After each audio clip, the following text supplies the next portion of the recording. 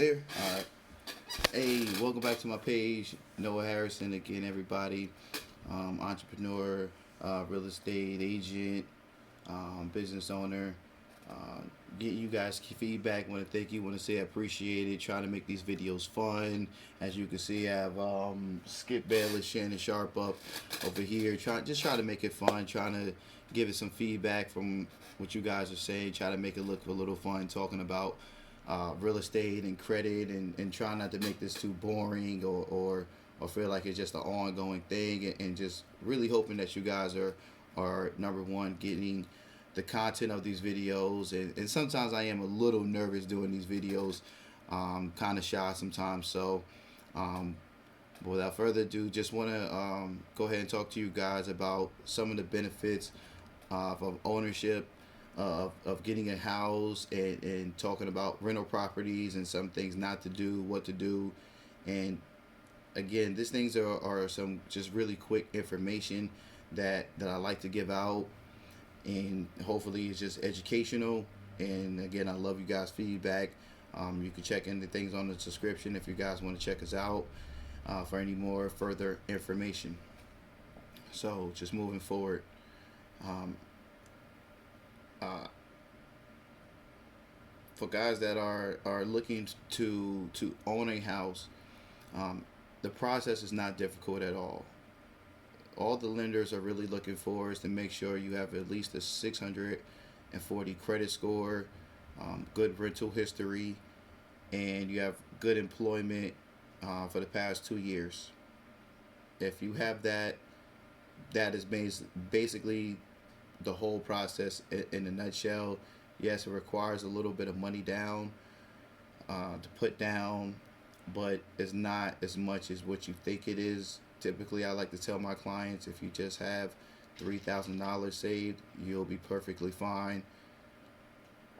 So, hold on 1 minute, some water. I'm trying to also work on slowing down on these videos and making sure that everyone can understand as well. And I'm drinking alkaline water. So, just moving forward with just the process of getting approved for a home. Now, when you guys have a rental property, it's just about the same process. You have to show that you had some type of work history. They're going to check your credit report, and it's about the same process. Only difference is one might take 30 to 60 days to close versus on your rental it might take 2-3 days depending on the availability on where we try to move. However, some of the problems is that when you rent somewhere, and we'll just say you're renting for $1,000 a month, if you realize a lot of things are going up, inflation goes up every year at least 3%. So if you're looking at rental history, you see that it goes up. So that's going to change. If you've been renting for the past 15 years, you could have possibly paid off your house by now. If you paid $1,000 rent per month and you did it a year, well, that's $12,000 a year. 10 years from there is $120,000 that you could have easily paid a house almost off or been halfway, and the mortgage payment would have actually been a lot lower than $1,000. Just to let you know. So it's a lot of perks and a lot of benefits when you do obtain a house. And again, the process is not hard at all. And I try to make these videos so it's understanding for you guys, so you can see that it's not hard. Personally, I bought my first house when I was 28 years old, knew nothing about real estate, knew nothing about credit, and it was one of the best things that I personally have done. And the only thing I knew was my credit score was good, and I had a good rental history, and I had good work employment. And I was currently working, of course. You don't need to make a lot of money in the process. I personally gotten clients approved that was making minimum wage, and they was approved for a $60,000 house making $9 and 20 something cents.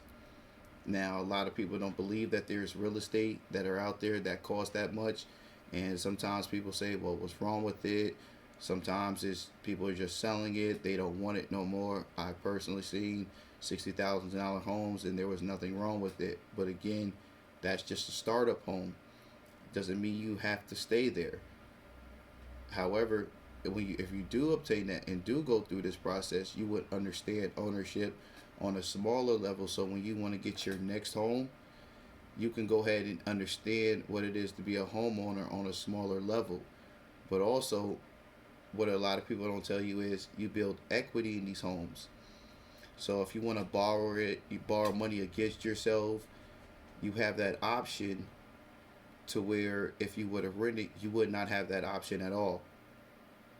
So as you're building equity in your house, you can borrow against it just in case your kids want to go to school. There's a medical emergency, something that has happened, transpired, or maybe you just want to sell the house. At least you obtain some type of ownership, and you're gonna guarantee some type of money back and some type of security. So I hope this video um, was very helpful.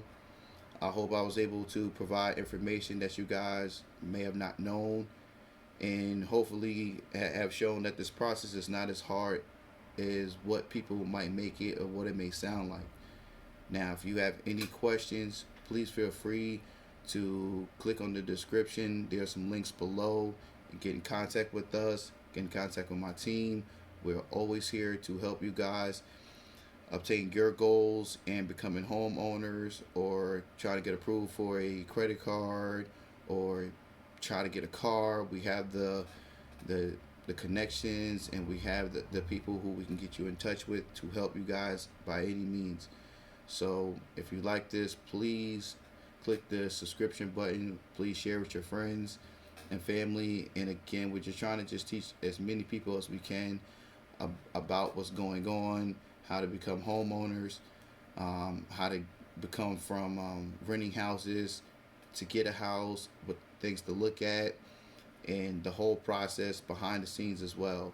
So please, again, subscribe to the channel, get in contact with us. We're always here to help.